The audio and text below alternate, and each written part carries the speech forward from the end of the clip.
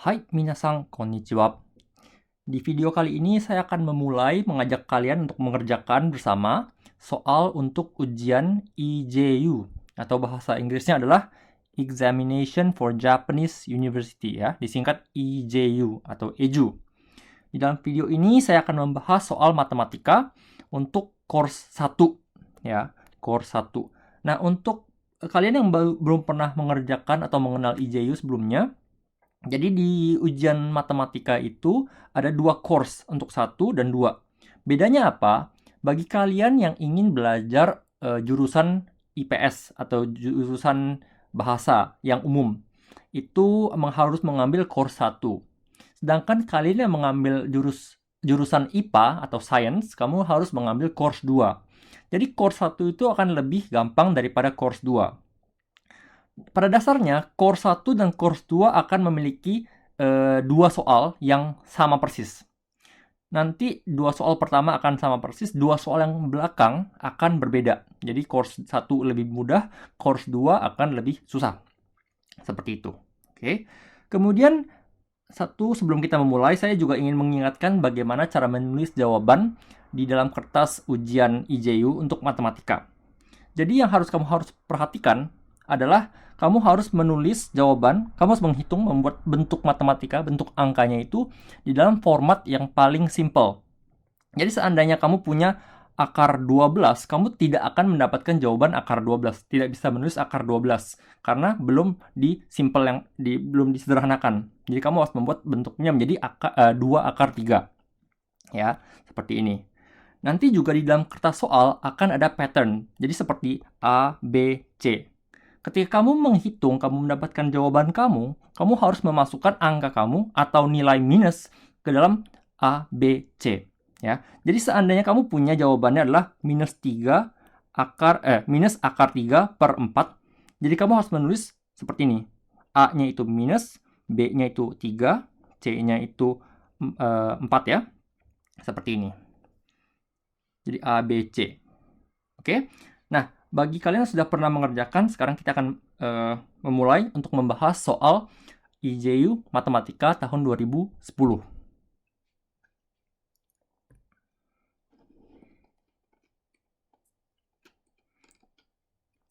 Nanti ketika kamu akan mengerjakan soal, kamu harus jangan lupa untuk melingkari ya. Kamu di kertas soalnya ada course 1 apa course 2, kamu harus dibulatkan ya. Kalau kamu mengerjakan course 1 harus bulatkan yang course 1. Kalau kamu lupa menghitamkan course 1 atau course 2, nanti mesinnya tidak akan mengecek satu sama lain.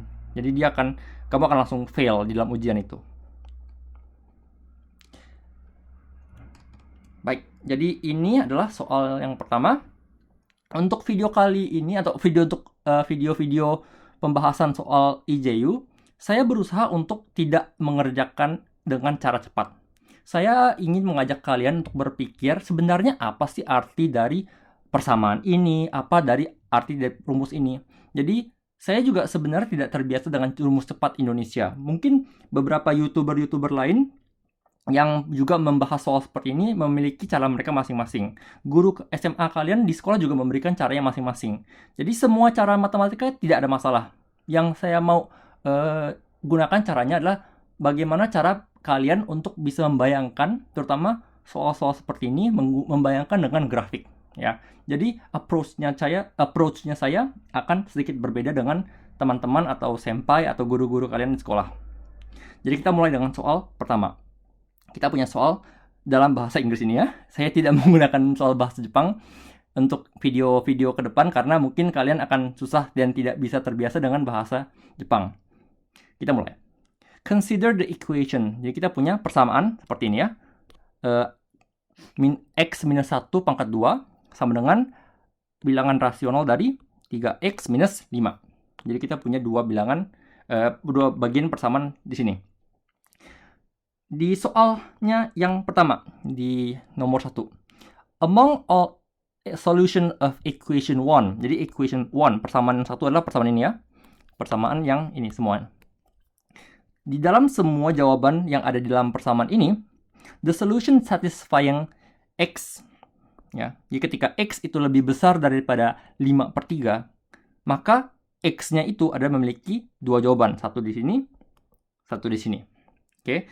Jadi kamu hitung, cari tahu apa A, apa B. Nanti kamu kerjakan. Where A is smaller than B. Jadi A itu lebih kecil daripada B. Dengan ini adalah persyaratannya. Oke. Saya beri waktu, kamu pause videonya, kamu kerjakan, kita cocokkan jawabannya bersama.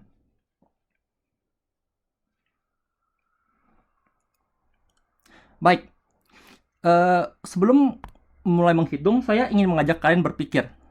Pertama, pengertian bilangan rasionalisasi itu apa sih? Bilangan rasional itu apa sih?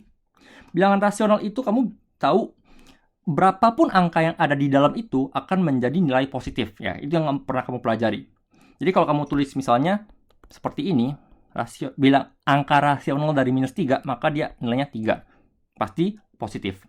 Nah, kali ini itu akan berfungsi di dalam ketika kamu memiliki X di sini. Kan X itu kan bisa macam-macam. Bisa plus, bisa minus. Dan angka ini, di dalam ini, 3X minus 5 ini, bisa plus, bisa minus. Jadi kita mau mencari tahu kenapa dia tulis seperti ini sih. Ya, kenapa dia tulis seperti ini? X lebih besar daripada 5/3. Karena, kalau kamu punya bilangan ini, lebih besar daripada 0, bayangkan ya, 3X minus 5 lebih besar daripada 0, atau sama dengan 0 lah ya. Kamu hitung, maka kamu akan mendapatkan 5/3. Ya. Jadi seandainya 3x minus 5 lebih besar daripada 0, maka x kamu juga akan lebih besar daripada 5/3. Jadi maksudnya apa? Dia ingin memberitahu kalau kamu bisa menghitung persamaan ini ya. Di mana 3x/5 itu sama dengan bilangan positif. Ya. Kalau dia bilangan positif artinya apa? Kamu bisa melepas simbol rasional itu seperti biasa. Jadinya seperti apa? Saya tulis di bawah ya. Kita punya x minus 1 kuadrat sama dengan 3x minus 5. Seperti ini. Kita bisa cabut simbol rasional itu. Dan kita hitung seperti biasa. Nah, kalau kamu seperti ini, kamu tahu seperti ini, kamu bisa mengerjakan seperti cara SMP. Ya. Kita kerjakan x kuadrat minus 2x plus 1 sama dengan 3x minus 5. Ya. Terus minus 5x plus 6 sama dengan 0. Oke, kamu punya persamaan seperti ini. Kalau udah seperti ini, kamu gampang. Ya, kita pernah belajar di sekolah, bisa disimpelkan seperti ini. Kita keluarkan berapa jawabannya. Kamu punya 6 sini, jadi kamu punya kemungkinan adalah 1 dan 6 atau 2 sama 3. Ya. Untuk jawaban kali ini kamu dapat tahu ya. Jadi kamu punya 2 dan 3. Minus, minus. Maka dari itu kalau kita hitung, kita dapat X sama dengan 2 atau X sama dengan 3. Oke. Nah, sebelum saya lanjut, kenapa sih maksudnya apa sih X sama dengan 2, X sama dengan 3? Ya, ini jawabannya memang. Jawabannya adalah 2 dan 3. Ya. Jadi kamu punya di sini 2 dan 3. Ya. 2 itu lebih kecil daripada 3. Jadi A itu 2, B itu 3. Seperti itu ya. Nah, sekarang kembali. Maksudnya apa sih kamu punya 2 dan 3 ini? Ya. Kembali ke sini ya. Maksudnya apa? X minus 2, X minus 3 kamu kalikan sama dengan 0. Nah, untuk mendapatkan ini, kamu pikiran gampang. Angka itu kalau kamu kalikan berapapun dengan 0, pasti jadi 0. Ya. Jadi seandainya kamu punya bilangan X minus 2, ini nilainya 0, maka kamu punya X minus 3 angkanya mau berapapun, kamu pasti dapatnya nilainya 0. Makanya itu kamu buat X sama dengan 2, X minus 2 sama dengan 0, maka X sama dengan 2. Seperti itu. Oke. Oke. Nah, berikutnya. Biasanya kalau saya mengajar, saya akan menanyakan kalian bagaimana cara menggambar grafiknya. Dan apa sih nilai pengertian X sama dengan 2, X sama dengan 3. Jadi grafiknya adalah seperti ini. Kamu punya 2 dan 3. Itu adalah titik di mana dia akan bentrok dengan sumbu sumbu X ya. Jadi seperti ini. Kemudian grafiknya kalau kamu bisa gambar akan bentuknya seperti ini. Ya, seperti ini ya. Jadi kamu punya titiknya 2 dan 3 seperti ini. Oke. Dengan syaratnya apa? Ingat, kembali dengan syaratnya apa? Kamu punya syaratnya X itu lebih besar daripada 5/3. 5/3 itu 1,6 sekian lah, 1,666 gitu ya. Jadi kira-kira ada di sini. Ini ya, 1,6. Seperti ini. Oke, jadi kamu punya grafik itu ada di sebelah sini, sebelah kanannya saja. Oke, yang di sebelah kiri, yang bagian putih itu tidak masuk. Jadi kamu sebenarnya tidak bisa gambar garis yang di sebelah kiri. Oke, nah kenapa saya mau menjelaskan mengenai ini? Karena itu akan lanjut ke nomor 2. Sekarang di nomor 2, soalnya kita baca. Equation 1 has a total of C solution. Jadi ada berapa jawaban, berapa kuncinya yang dimiliki oleh persamaan 1 ini ya. Kita sudah dapat 2. Kita punya 1 di sini, punya 1 di sini. Tapi itu dengan syarat X itu lebih besar daripada 5/3. Seandainya kita lepas syarat ini, semua kita lihat secara total dari ujung ke ujung, dari minus infinity sampai plus infinity. Ada berapa jawabannya sih? Nah, itu yang ditanya. Oke. Jadi jadi kita dulu soal yang pertama ya. Nih, jadi ada berapa sih jawaban di sini? Oke. Soal yang kedua. When the minimum one is denoted by alpha. Jadi di antara berbagai jawaban itu, yang paling kecil, yang paling minimum itu kamu pasang sebagai alpha. Then the integer m satisfying m minus 1 is smaller than alpha is smaller than m. Jadi kamu akan jepit alpha itu dengan m. M-nya itu berapa? Jadi ini bilangan integral 1, 2, 3, 4, 5, 6 atau minus 1, minus 2, minus 3 seperti itu. Oke. Jadi kamu punya 2 pertanyaan, satu di sini dan satu di sini. Sekarang coba kamu kerjakan, kamu pause videonya, kamu kerjakan, kita akan cocokkan jawaban lagi nanti.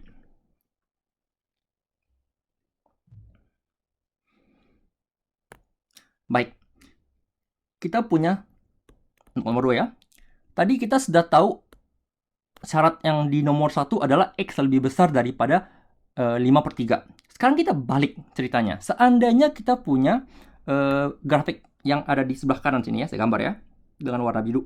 Sebelah kanan sini, areanya adalah di mana X itu lebih kecil daripada 5/3. Ya. X lebih kecil daripada 5/3, gimana grafiknya? Kamu bayangkan.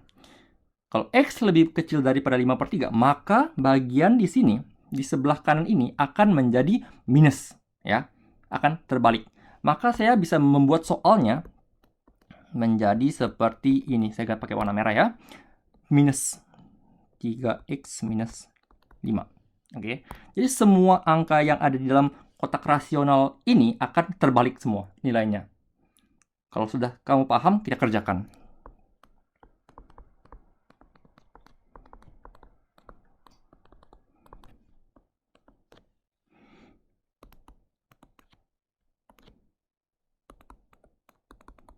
Seperti ini ya. X kuadrat tambah X minus 4 sama dengan 0. Nah, kalau kamu mau coba menggunakan tanda kurung ini kamu kerjakan, pasti nggak dapat. Bukan nggak dapat sih, bisa tapi setengah mati. Jadi kenapa seperti itu? Karena ini jawaban X ini itu nilainya jelek, nggak bagus.